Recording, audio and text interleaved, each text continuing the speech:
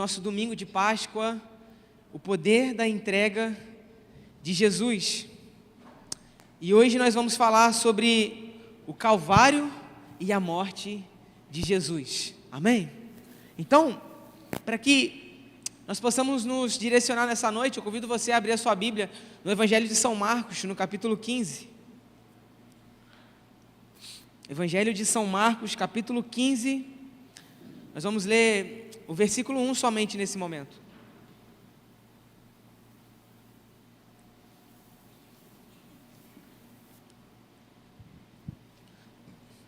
Marcos, capítulo 15.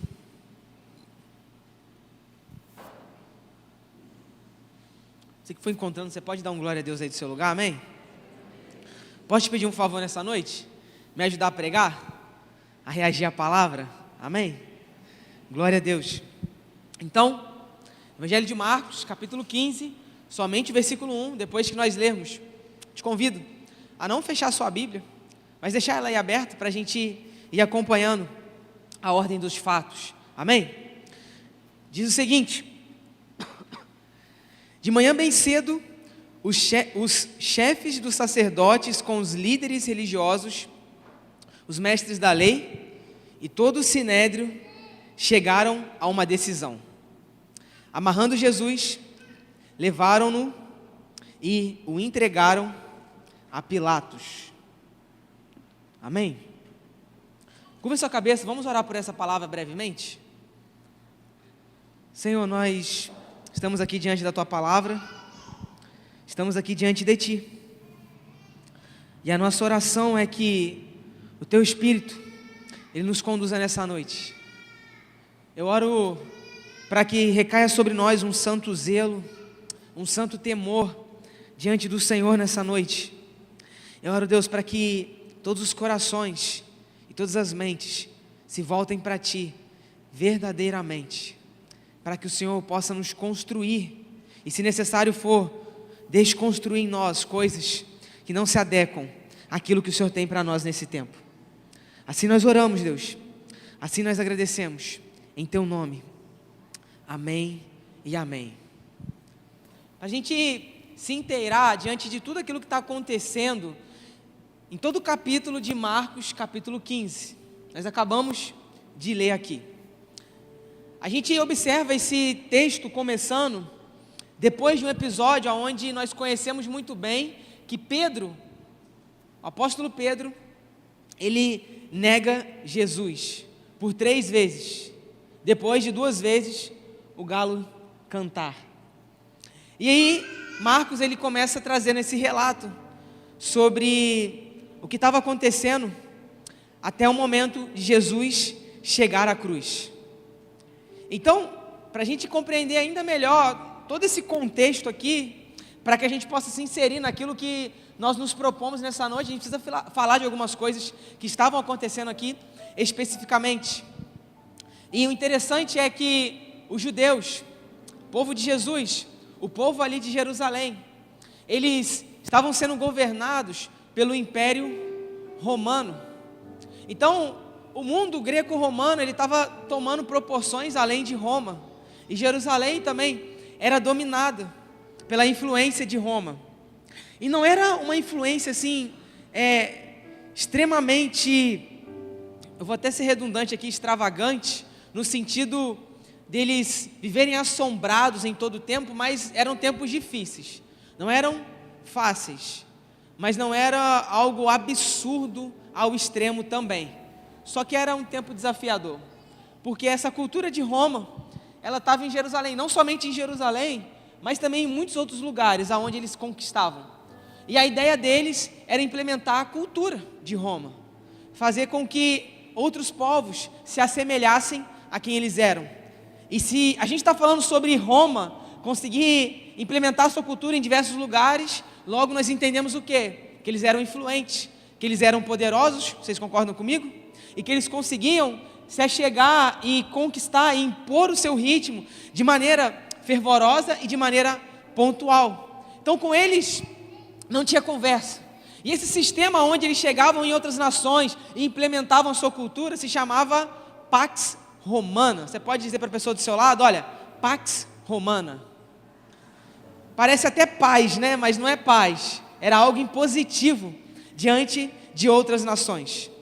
E dentro desse contexto todo, eles vinham, implementavam a cultura, só que eles consideravam algumas organizações que as nações que eles conquistavam pudessem continuar se movendo de uma maneira que eles já tinham se organizado. O que eu estou querendo dizer para melhorar isso é o seguinte: eles vêm com a ideia de colocar a cultura deles, amém? Dá para a gente entender isso. Só que antes deles chegarem, o que acontecia? Uma nação já tinha o seu modo de viver, o seu modo de agir, certo? As suas leis, algumas regras, e nesse lugar onde eles não colocam simplesmente, eles impõem o seu ritmo, eles deixam que algumas coisas que eles já cultivavam enquanto nação pudessem continuar acontecendo. Então, era meio que um acordo entre aspas, você está me entendendo? Era meio que um acordo, bem entre aspas. E por que é importante a gente pontuar isso? Porque quando a gente vai adentrando no capítulo 15, a gente percebe que um grupo chamado Sinédrio começa a formar um complô, um grupinho, para conseguir ceifar a vida de Jesus. É muito importante a gente prestar atenção nesse começo, porque vai nos dar muita base para a partir daqui, amém?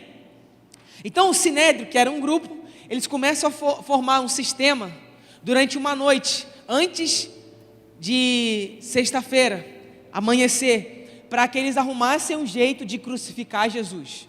Então não foi simplesmente pegar Jesus, levar lá para ser açoitado, colocar lá no Gólgota, crucificar, morrer, ressuscitar, não. Houve toda uma gesticulação política para que isso acontecesse, e de fato deu certo. O Sinédrio era composto por pessoas influentes, como fariseus, por exemplo, aonde eles tinham voz no meio da nação, no meio da cidade, para conseguirem coisas que eram do seu próprio interesse. E hoje, a grande verdade é que nós não vivemos tempos diferentes, não é mesmo? Sempre tem pessoas, grupos influentes que se movem pelos seus interesses. Eu já quero declarar algo aqui, não estava programado dizer isso, mas eu creio que Deus está levantando a sua igreja para influenciar com a cultura do reino nesse tempo, amém? Nós não vamos ser mais vítimas de homens, nós vamos ser usados pela cultura do reino de Deus nesse tempo. Quantos creem nisso? Eu creio nisso. Não são tempos mais fáceis, mas é uma igreja mais posicionada nos dias como nós vivemos nesse tempo.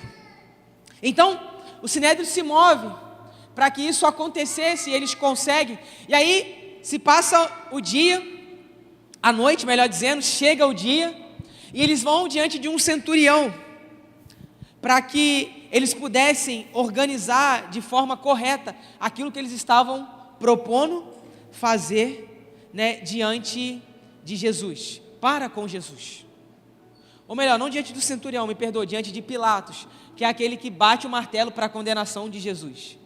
E aí eles conseguem fazer isso, só que tem o trama, porque Pilatos, quando ele olha para Jesus, e aí ele olha para as acusações, ele fala assim, olha, algo de errado não está certo, porque ele não via a culpa em Jesus de fato. Tem alguém aqui que está me dando glória, amém? Você pode dar glória comigo também? Esse aqui está ligado na palavra. É que vocês estavam muito sérios, gente. E aí Pilatos, ele começa a gesticular com esse grupo chamado Sinédrio, falando assim, olha, o que vocês estão me dizendo não é igual ao que eu estou vendo aqui. Eu não vejo acusação nesse homem. Se a gente olhar todo o texto, a gente vai perceber isso aqui, só que eles são insistentes naquilo que eles queriam, e eles se moveram por pura inveja, por puro preconceito, dizendo que Jesus era alguém blasfemo, alguém que estava propagando no meio do povo confusões, por meio das suas palavras que eles chamavam de heresia. E aí o problema começa a acontecer diante disso tudo, mas é claro que nós olhamos para o Antigo Testamento e nós vemos que já havia algo determinado a respeito de Jesus, que ele deveria passar por isso tudo. Só que essas profecias que foram lançadas e de fato foram concretizadas, se envolvem em um contexto onde pessoas humanas estavam ali dentro desse cenário para que de fato isso pudesse acontecer. Então, Jesus, ele é crucificado porque esses homens conseguem impor a sua vontade. Então, Jesus é levado pelo Sinédrio até Pilatos. Pilatos não quer assumir a responsabilidade, mas assim ele faz. E ainda, ele recebe um recado da sua esposa, que naquela noite teve um sonho com Jesus. E ela fala para ele: olha, não faça nada com Jesus. Porque dentro dessa trama toda, é claro que na manhã seguinte, de quinta para sexta, eles vão procurar Jesus.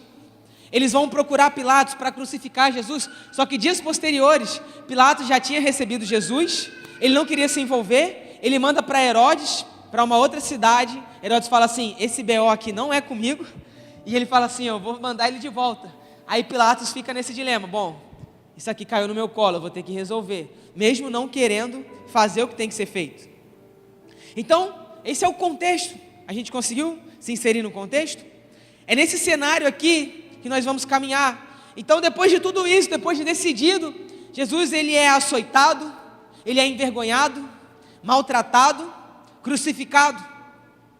E aí a Bíblia fala no final de Marcos capítulo 15, que o templo que tinha um véu, ele se rasga de cima a baixo, que era o lugar santíssimo, separado do santo lugar, que era um véu muito grande que tinha ali sobre ele, aonde somente sumos sacerdotes podiam entrar, pessoas consagradas ao Senhor, para estar diante de Deus, para que apresentasse as suas ofertas, sacrifícios de animais, como também ofertas de cereais e azeite. E aí, depois disso tudo, Jesus é morto.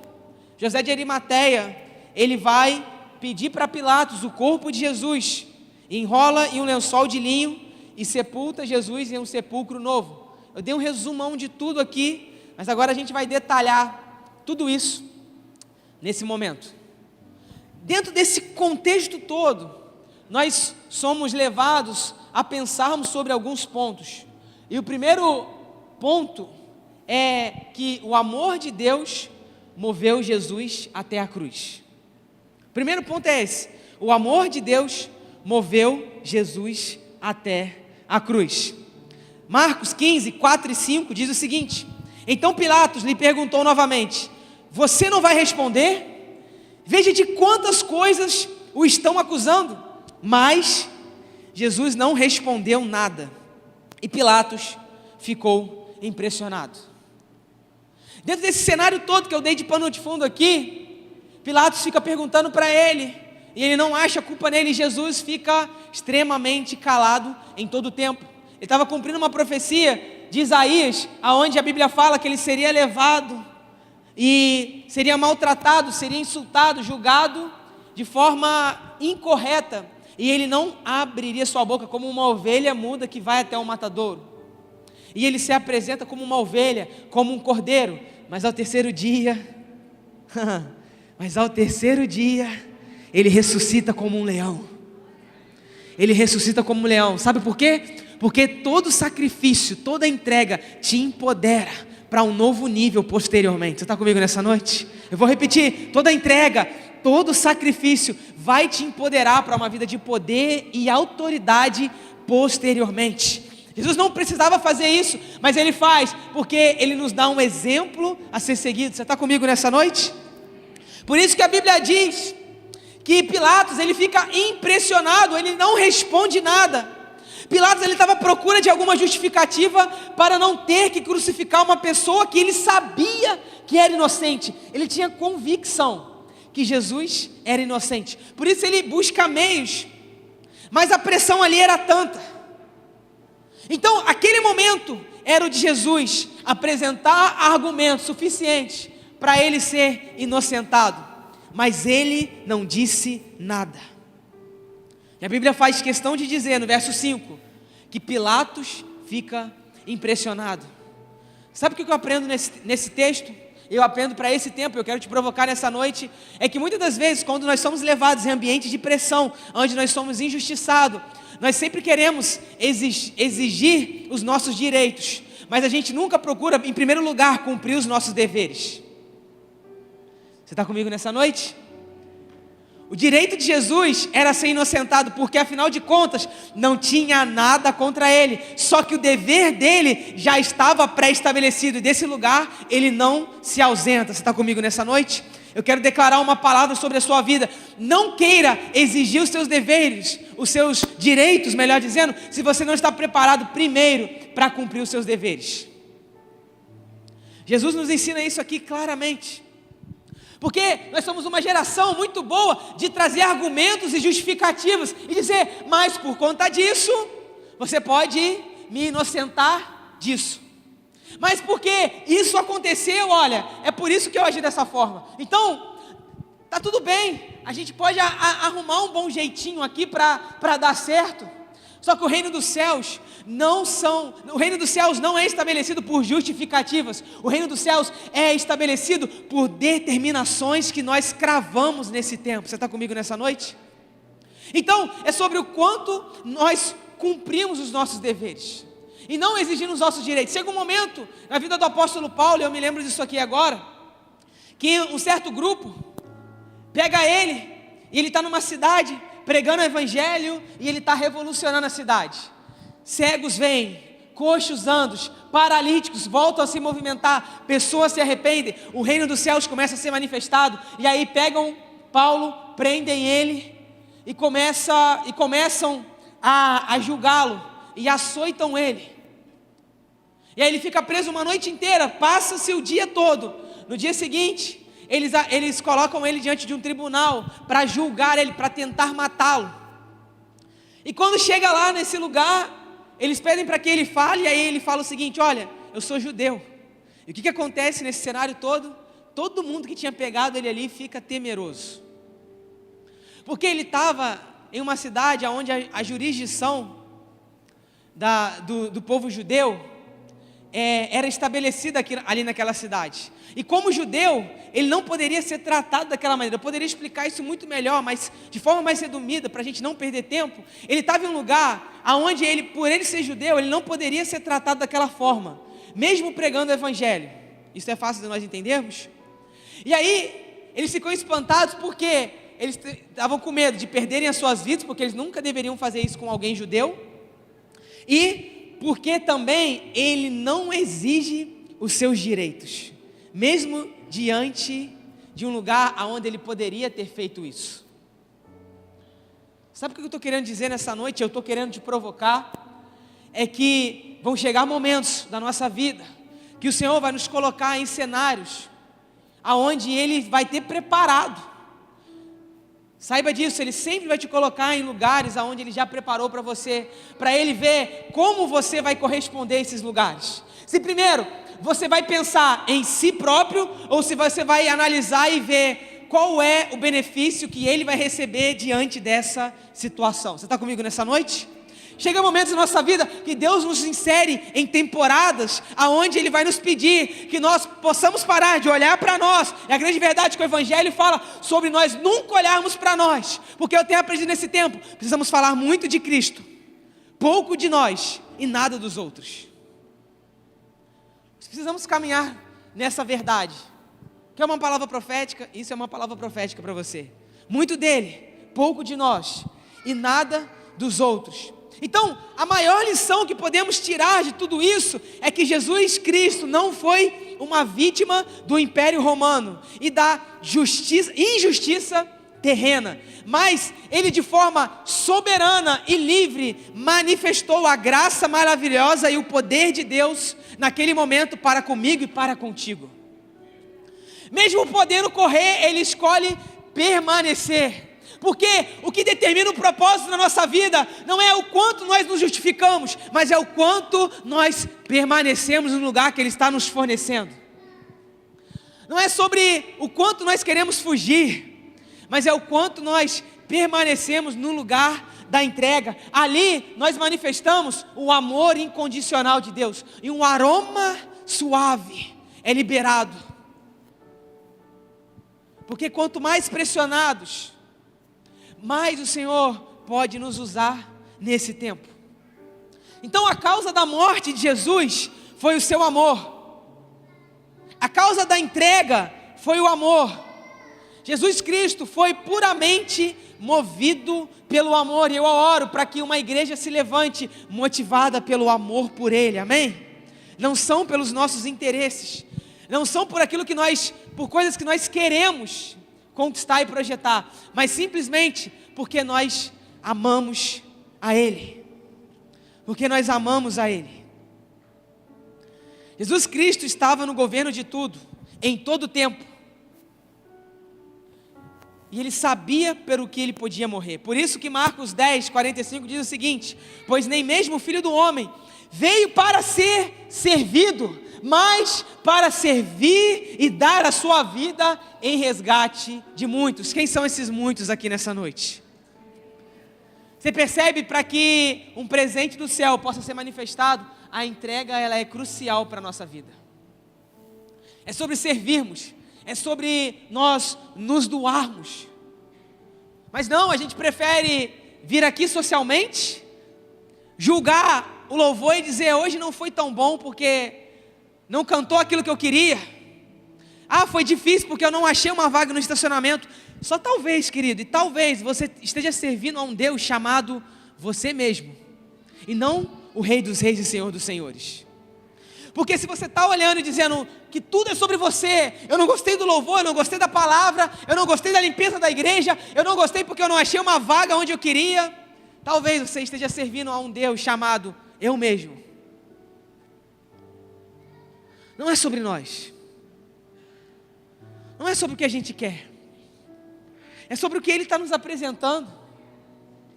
Porque para vivermos em satisfação diante da nossa carne, temos muitas opções lá fora, mas aqui só existe uma opção, porque a grande verdade é que João 14,6, Jesus diz: eu sou o caminho, a verdade e a vida.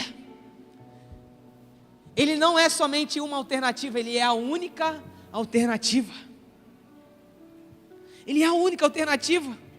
Então Ele está dizendo que Ele não veio para ser servido, mas para servir. Só que quando a gente é testado em pequenas coisas, a gente já murmura.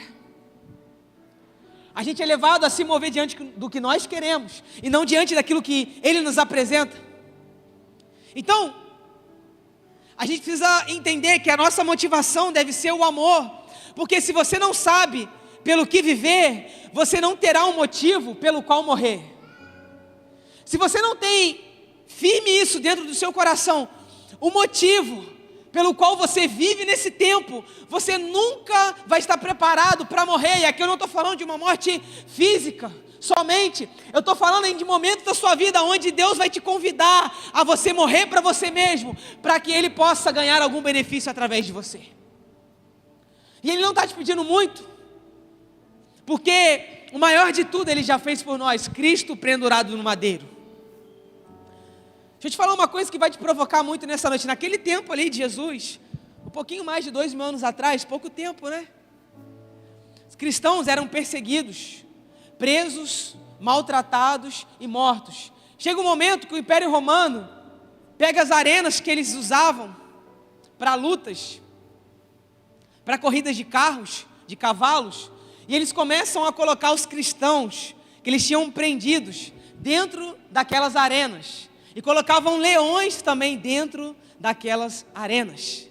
E sabe o que eles faziam? Eles colocavam famílias inteiras, crianças de colo, bebês, crianças também que já andavam, adolescentes, jovens, idosos, famílias inteiras, de todas as faixas etárias. E quando eles estavam ali dentro da arena, eles abriam as grades para que eles saíssem, e soltavam os leões também, para que eles viessem devorar. Eles começaram a perceber o seguinte, porque ficavam muitos cristãos presos, e eles liberavam de pouco a pouco. Presta atenção nisso aqui, isso aqui é muito forte. E aí o que os pais das crianças faziam? Isso aqui mexe demais comigo. Eles pegavam os filhos e já orientavam eles, antes de entrarem para dentro da arena, e falavam assim: olha, filhos, vão vocês primeiro, porque os leões, eles estão com muita fome, e eles não vão pensar duas vezes para devorar vocês. Porque depois que eles comiam bastante, eles começavam a brincar com os outros humanos, com as outras pessoas que ainda não tinham sido devoradas. E aí eles comiam lentamente. eles destroçavam eles lentamente. Então, o ato de amor dos pais para com os seus filhos era dar eles para a morte primeiro, porque eles teriam uma morte mais rápida. Você está comigo nessa noite? Você percebe o que nós estamos pregando hoje? Você percebe que o Senhor que você serve, Ele teve que levantar muitas pessoas para que Ele mantivesse essa mensagem viva, só que ela só vai continuar viva se eu e você morrermos para nós mesmos, para vivermos para Ele eternamente.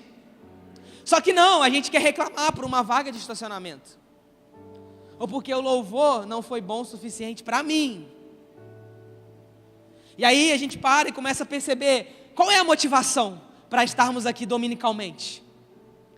Qual é a nossa motivação? Porque olhar para trás é nos firmarmos na herança que nós carregamos. E não somente num conto de fábulas, mas uma verdade que custou o sangue de homens e mulheres, crianças de colo, que deram tudo por amor a Jesus. Não foi por casa, não foi por carro, não foi por viagens, não foi pelos sonhos deles, mas foi pelo sonho de se encontrar com Ele eternamente. E se isso não é suficiente para você estar aqui e viver intensamente, radicalmente, eu não sei o que mais vai te segurar aqui. Porque, por favor, não faça isso.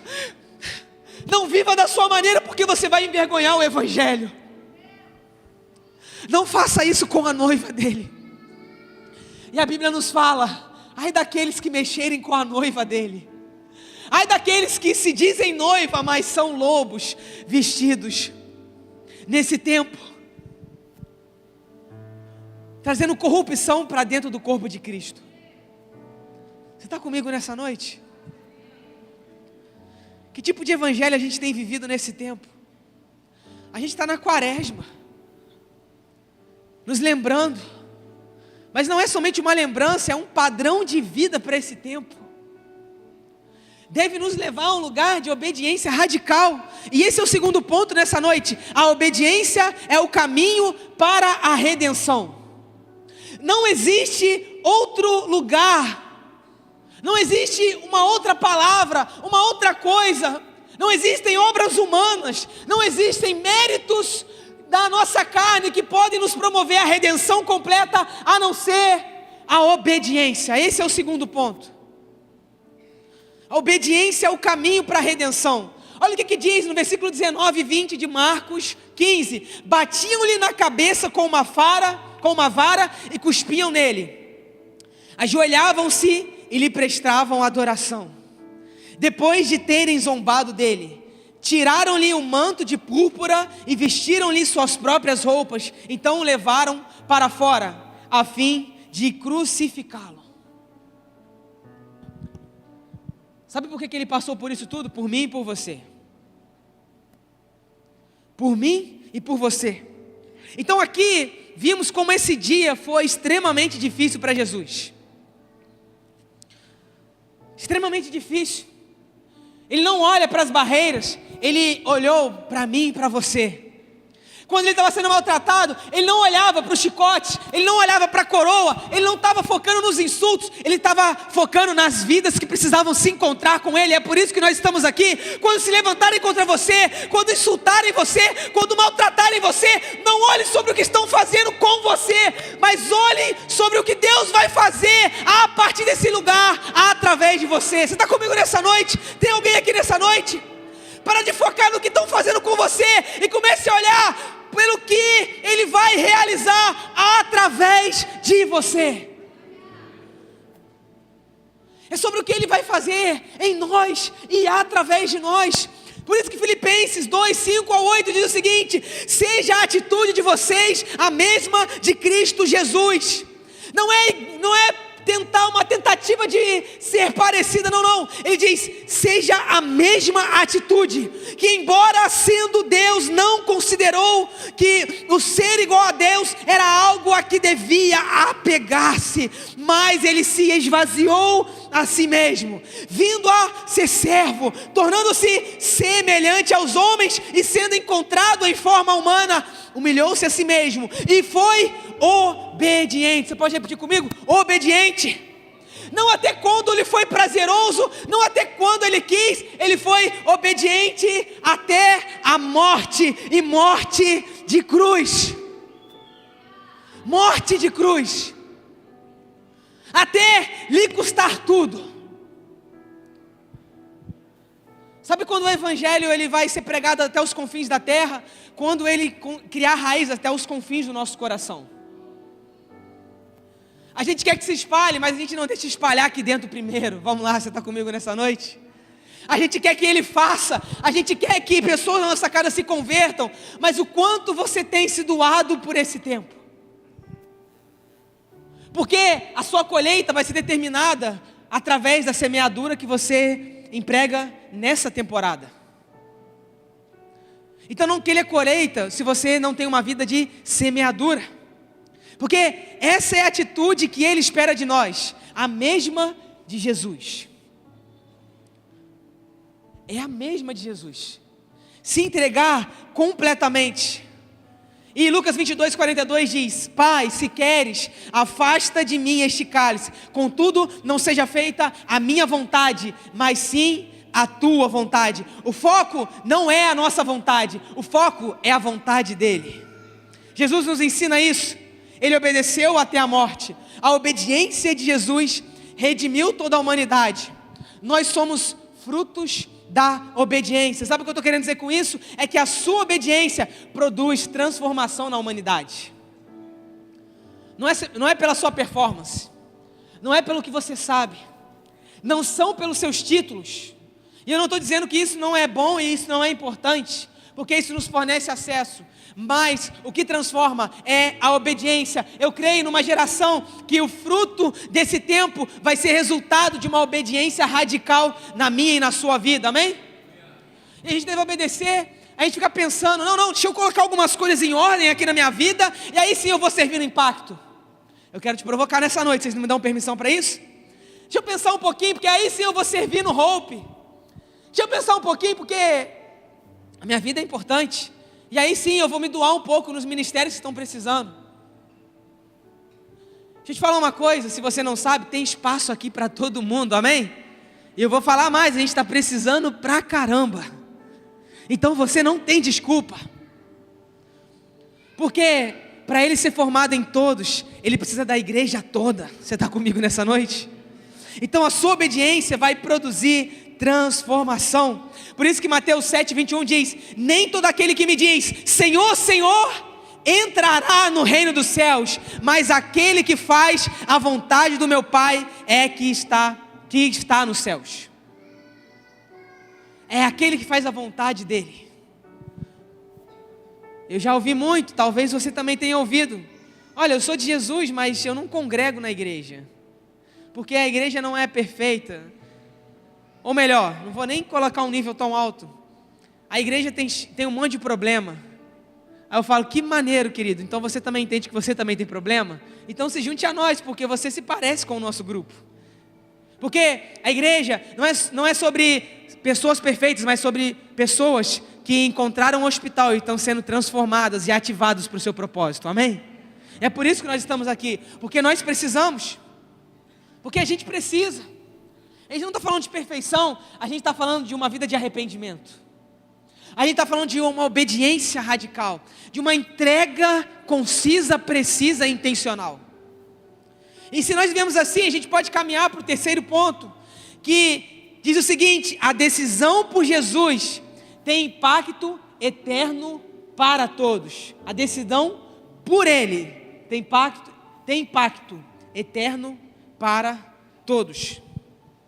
Por que eu digo isso? Porque Marcos 15, 26 e 27 diz o seguinte: com Ele crucificaram 2 ladrões, um à sua direita e o outro à sua esquerda.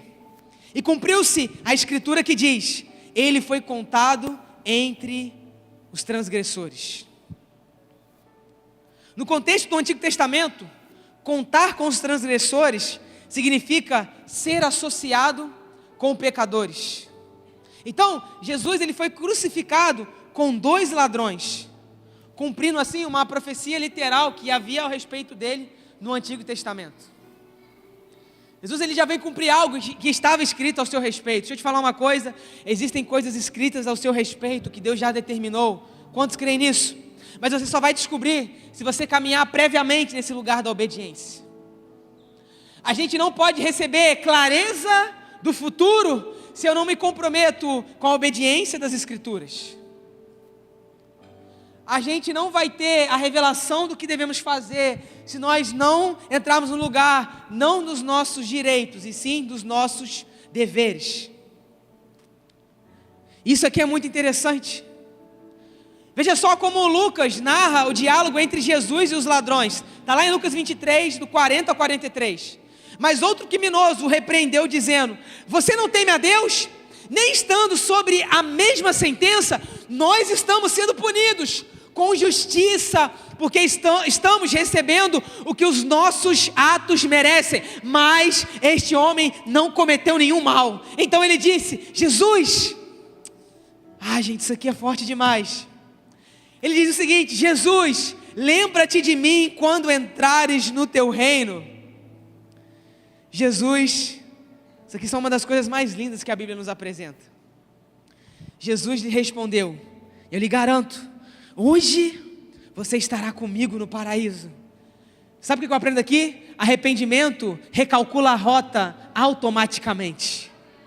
Não é depois de um tempo, não, é no momento exato. Porque só Ele tem poder para fazer isso. E é por isso que nós estamos aqui. Porque uma vida inteira de erros pode ser mudada e transformada por uma entrega verdadeira e completa diante de Jesus. Sabe o que é curioso aqui? É que ele está diante de 2 ladrões. Um morre insultando. Um morre destinado ao inferno. O outro também estava. Mas uma coisa separou o destino deles. E qual foi? Uma palavra que se chama arrependimento. Você pode repetir comigo? Arrependimento. Porque ele fez algo bom na vida dele. Ele curou o enfermo. Ele pregou o evangelho. Na verdade, ele pregou o evangelho sim, para o seu amigo que estava ali na cruz. Mas ele fez boas obras? A gente não sabe, provavelmente não. Porque para se estar numa cruz, naquele tempo, você tinha que ter feito a pior besteira da sua vida. Você tinha que ter errado feio. E Jesus não tinha feito isso.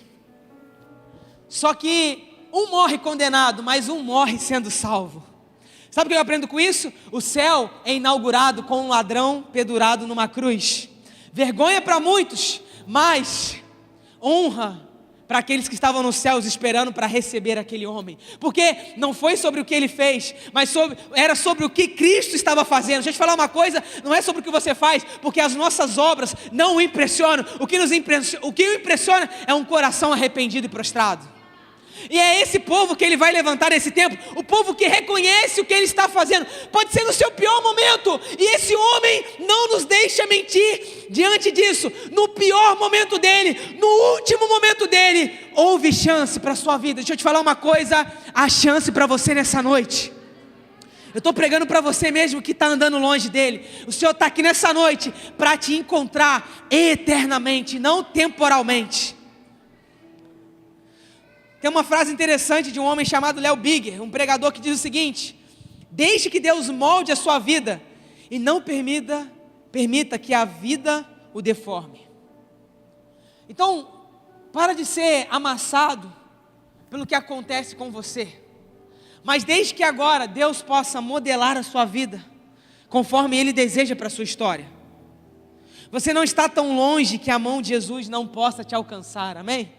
Ele não está com o dedo estendido para apontar os seus erros, mas Ele está com as suas mãos furadas de sangue, furadas por cravos, para te estender a mão e te dar um lugar na eternidade. Você está comigo nessa noite? Ele não está te pedindo uma obra, Ele está te pedindo o seu coração rendido. Porque arrependimento são para todos aqueles que reconhecem quem Cristo é. Arrependimento não é uma alternativa, grava isso. Arrependimento não é uma alternativa, arrependimento é o único caminho. É o único caminho. E assim nós podemos ir para o nosso quarto e penúltimo ponto, que diz: o acesso direto para Deus está disponível a todos por meio de Jesus. Está disponível a todos. A todos. Não somente a um grupo seleto, mas a todo mundo. Porque Marcos 15:34 diz o seguinte: por volta das 3 horas da tarde, Jesus bradou em alta voz: Eloi, Eloi, lama sabachthani, que significa: meu Deus, por que me abandonastes? Essa expressão demonstra uma dor profunda. O Filho de Deus, que desde a eternidade estava em comunhão com o Pai e o Espírito, experimenta algo que jamais poderia imaginar. Isso aqui é emblemático demais. As pessoas que estavam ali assistindo a crucificação pensaram que ele estava falando Elias, porque a dificuldade de falar ali era extremamente grande. Ele estava dilacerado no seu corpo, com a sua cabeça furada por uma coroa de espinhos, as suas mãos e pés furados. Só que se tinha uma cultura naquele tempo, onde os judeus diziam o seguinte, que em momentos de grande aflição e dor extremas, se uma pessoa clamasse a Elias, ele poderia vir salvar aquela pessoa. Porque Elias, ele foi levado em uma carruagem de fogo e com cavalos de fogo.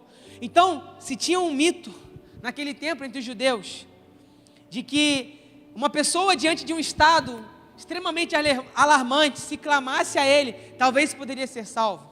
Porque a Bíblia nos diz que Elias, ele não morre, mas ele é levado em vida para um lugar que, bom, só Deus sabe, mas nós já imaginamos aonde ele estava. Então as pessoas estavam pensando sobre isso, só que na verdade não. Ele estava usando uma linguagem aramaica, ali uma linguagem comum, dizendo: Deus meu, por que me abandonastes? Ele vive a solidão na cruz, para que pudéssemos acessar a presença de forma profunda e íntima. Porque em todo momento da sua vida, ele se referia a Deus como Pai. Mas nesse momento aqui, isso aqui é muito sério, gente, isso aqui é muito profundo. Ele não chama Deus de Pai, ele chama Deus de Deus. Porque ele não vem nos apresentar uma nova ideia de Deus, ele vai nos apresentar um Pai. Só que naquele momento ele não poderia chamar ele de Pai. Por quê? Porque naquele momento, tudo aquilo que impedia ele de ter essa relação de paternidade, de filiação, era o pecado. E ele estava carregando todo o pecado do mundo.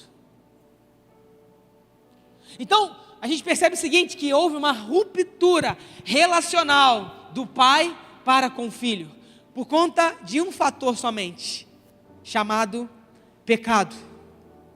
Só que a gente aprende algo aqui. Jesus deixa de ser o único filho para que Deus pudesse ter muitos filhos. E é por isso que nós estamos aqui nessa noite. E ele dá um brado muito alto e expira. E a Bíblia diz que o véu do santuário, do templo, se rasga em duas partes, de alto a baixo.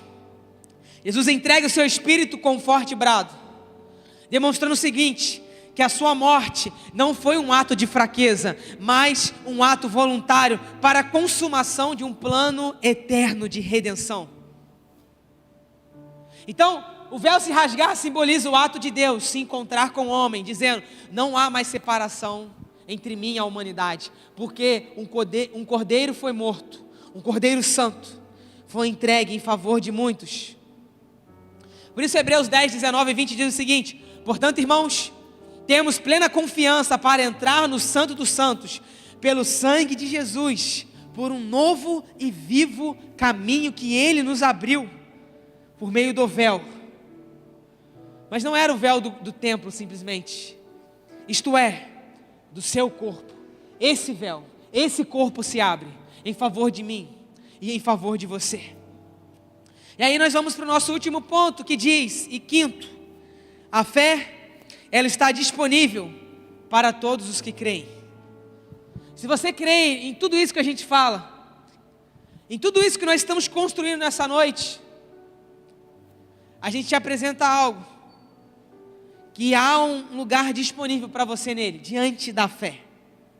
Então o versículo 39 de Marcos 15 diz o seguinte: quando o centurião que estava em frente de Jesus ouviu o seu brado e viu como ele morreu, disse: realmente, este homem era o Filho de Deus.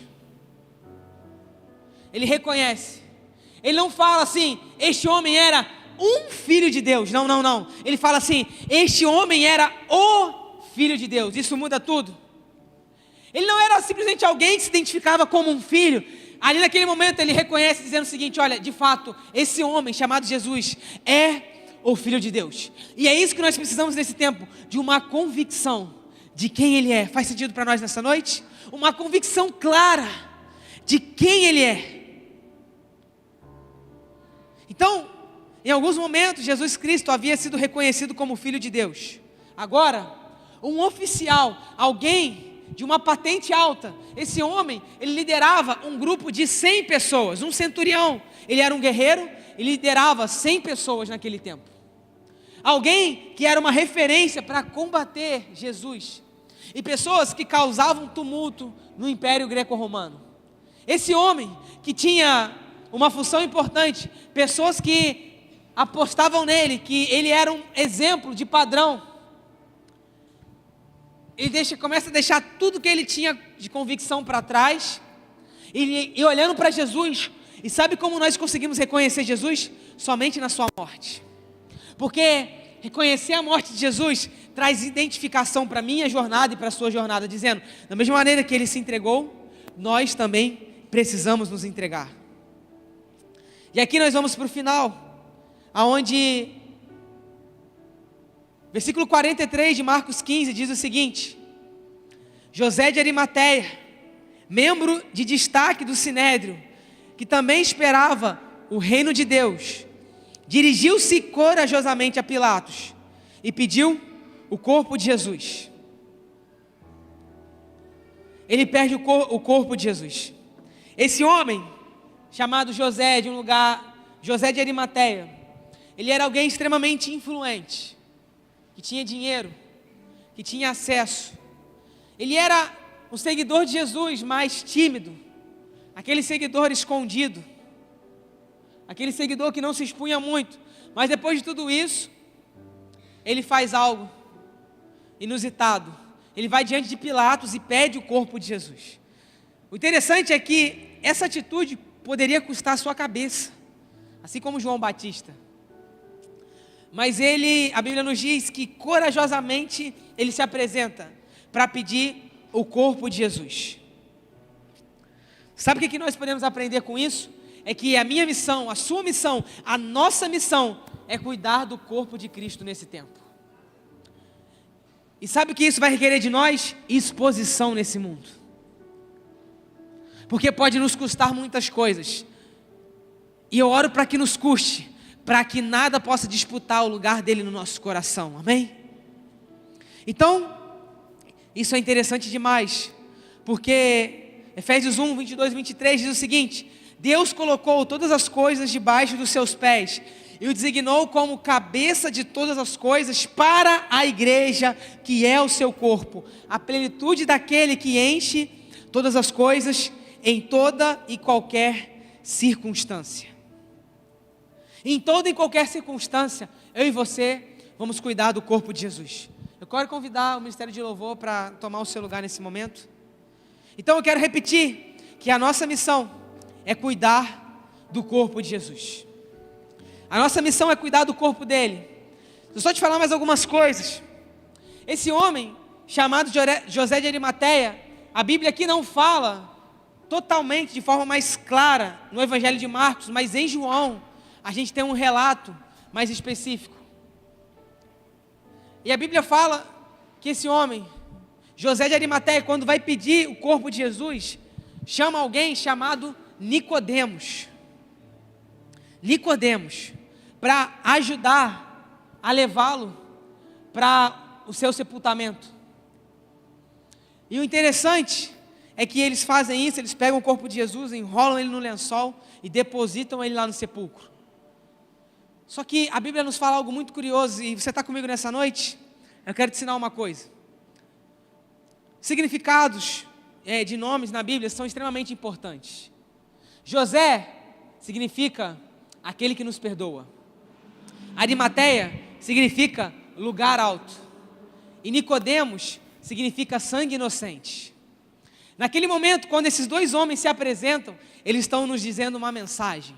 Você está comigo aqui nessa noite?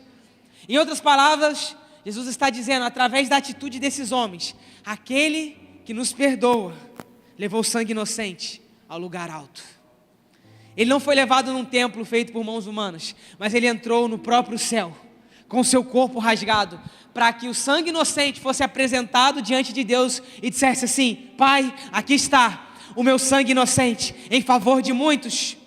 E eu não o levei simplesmente a um templo feito por mãos humanas, eu venho aqui apresentar diante de Ti. Então isso é extraordinário, isso é revolucionário. Aquele que nos perdoa, levou o sangue inocente ao lugar alto. Eu quero te convidar a se colocar de pé nesse momento. Se coloque de pé nesse momento em nome de Jesus. Comece a colocar a mão no seu coração.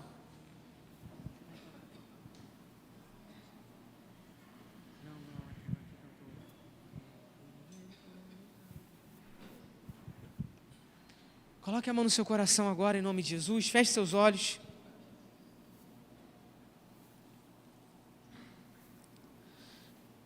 Quero te convidar a refletir sobre tudo aquilo que nós falamos aqui nessa noite. O Senhor está aqui nesse lugar. Ele tem uma medida nova para cada um de nós.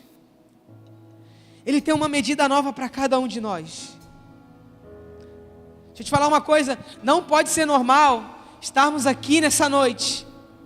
Não pode ser normal estarmos aqui nessa noite e nós não nos reverenciarmos com zelo, com temor e com tremor diante dEle. Sabe o que eu sinto nessa noite? É que o Senhor, Ele quer nos afetar, Ele quer nos ferir com um novo zelo, com um novo temor diante da Sua presença.